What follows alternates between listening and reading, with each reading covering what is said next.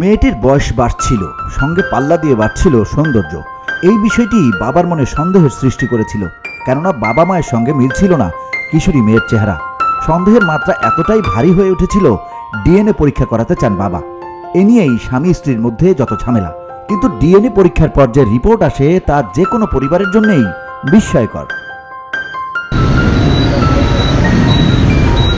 South China morning পোস্টের এক প্রতিবেদনে বলা হয়, দক্ষিণ পূর্ব এশিয়ার দেশ ভিয়েতনামে এমনই এক ঘটনা ঘটেছে। ঘটনাটি পুরো ভিয়েতনামে আলোচনার জন্ম দিয়েছে। হ্যানয়ের একটি স্কুলে পড়াশোনা করতে গিয়ে ল্যান নামের এক কিশোরী জানতে পারে তার এক সহপাঠীর জন্মদিনও একই দিনে জন্ম নেয়া ওই স্কুলের বাচ্চাদের জন্মদিন একই সঙ্গে পালন করা হতো।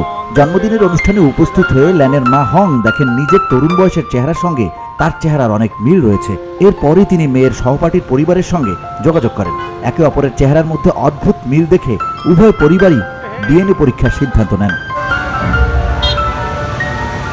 ভিয়েতনামের একটি শহরের একই হাসপাতালে জন্মেছিল তারা। প্রায় একই সময় জন্ম নেয়া দুটি শিশুর মধ্যে অদল বদল করে ফেলে হাসপাতাল কর্তৃপক্ষ। দীর্ঘ বছর পর ডিএনএ পরীক্ষার মাধ্যমে সেই সত্যটাই সামনে আসে।